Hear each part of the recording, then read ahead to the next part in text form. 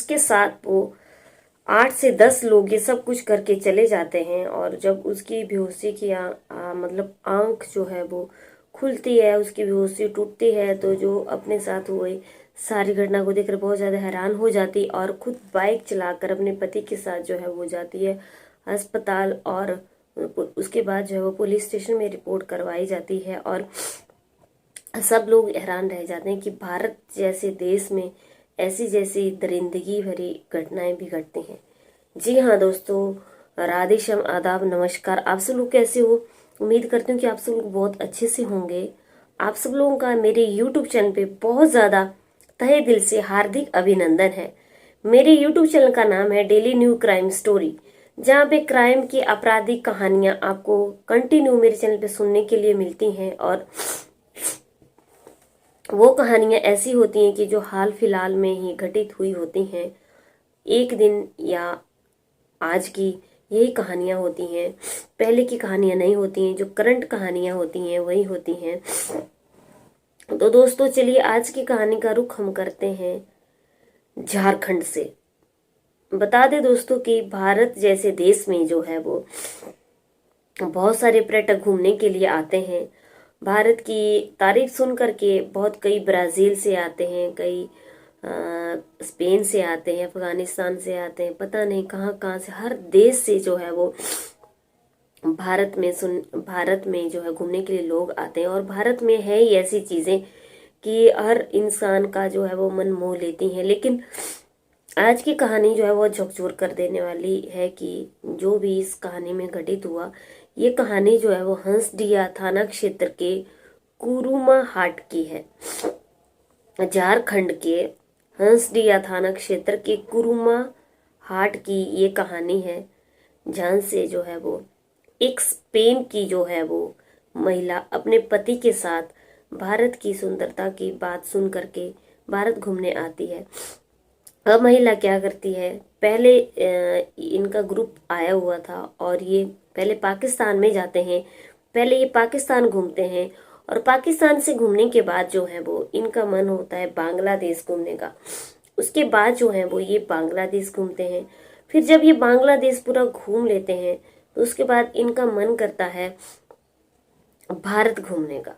तो ये उसके बाद जो है वो भारत में घूमना चाहते हैं और भारत में घूमने के लिए ये एंट्री करते हैं भारत में। और ये टूरिस्ट वीज़ा लेकर के आए हुए थे।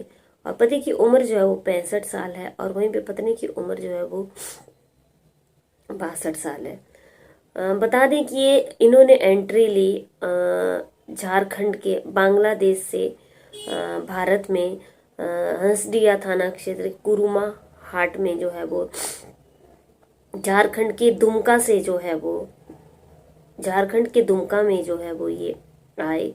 और कुंजी गांव में जो है वो एक टेंट बनाया इन लोगों ने। कुंजी गांव में जो है वो इन्होंने एक टेंट बनाया और टेंट बना करके ये वहां रहने लगे।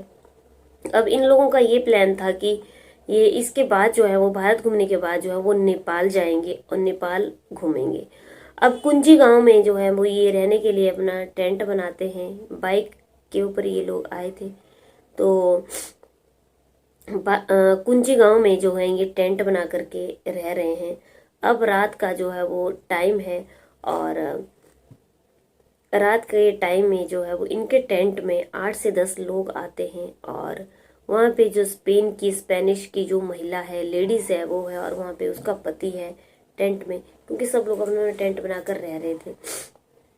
अब क्या होता है कि ये सब लोग जो हैं वो इनके टेंट के अंदर घुस जाते हैं और उनको मारते हैं, पीटते हैं, लात मारते हैं, धक्के मारते हैं, मुक्के मारते हैं। और जो महिला है उसके साथ जो है वो छेड़ते हैं बहुत ज़्यादा, उसके साथ गैंग रेप करते हैं। और गैंग रेप के बाद जो है वो उसको फिर वहीं पे छोड़ देते हैं और वहाँ से एकदम ये लोग जो हैं वो भाग जाते हैं।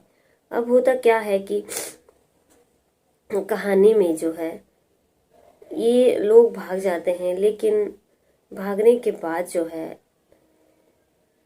होता क्या है कि ये महिला जो है वो बेहोश होती है। लेकिन जब इसकी अपनी होश खुलती है तो ये अपनी बाइक को जो है वो चलाती है और पति के साथ पति को बिठा करके पुलिस स्टेशन जाती है, जहाँ पे FIR जो है वो रिपोर्ट दर्ज करवाती है और पुलिस जो है वो फिर उनको चिकित्सालय हॉस्पिटल में जो है वो ले जाते हैं, जहाँ पे उनको एडमिट किया जाता है और उनकी सारी टेस्ट करवाए जाते हैं, जहाँ पे उनके शरीर पे गंभीर चोटें भी आई हुई हैं।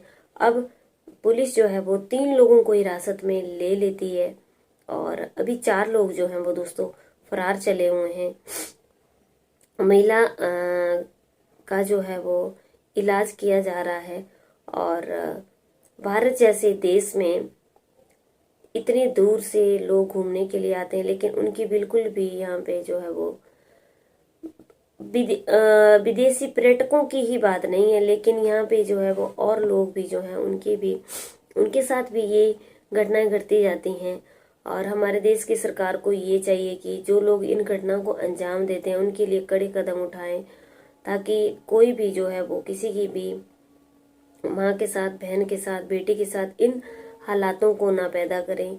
और क्योंकि जो आदमी लोग होते हैं उनको उनका कुछ भी नहीं जाता, लेकिन जो एक औरत होती है उसकी वो अपनी नज़रों में इतनी गिर जाती है कि कई जो हैं वो बेचारी अपनी ज़िंदगी छोड़ करके ही चली जाती हैं और कई जो हैं वो जिंदा रहती हैं तो अंतिम सांस तक खुद को कुचोटती रहती हैं कि उनके साथ ऐसा क्यों हुआ। लेकिन उन हालातों की जिम्मेदार वो नहीं होती हैं, उन हालातों की जिम्मेदार वो लोग होते हैं जो उनके साथ ऐसा करते हैं। इसके लिए हमारे देश की सरकार को जो है वो बहुत ज़्यादा ठोस कदम, ठोस प्रयास जो है वो उठाने होंगे, जिससे माँ बेटियां जो हैं वो अपने घरों में सुरक्षित रहें। और विदेशों से जो पर्यटक घूमने के लिए आते हैं वो भी क्या सोचते होंगे कि भारत के जो हैं वो भारत जैसे देश में आकर के उनके साथ ऐसा हुआ, उनकी कोई भी यहाँ पे सिक्योरिटी नहीं है।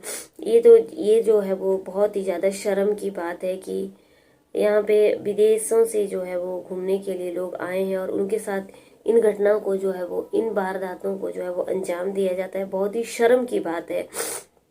हमारे देश की सरकार को इनके लिए बहुत सख्त से सख्त कदम उठाने चाहिए। और हमारे देश में जो वो माँ बेटे बिल्कुल भी सेफ नहीं है, उनका बिल्कुल भी सेफ्टी है ही नहीं। और उम्मीद करती हूँ दोस्तों कि आपको मेरी कहानी अच्छी लगी होगी।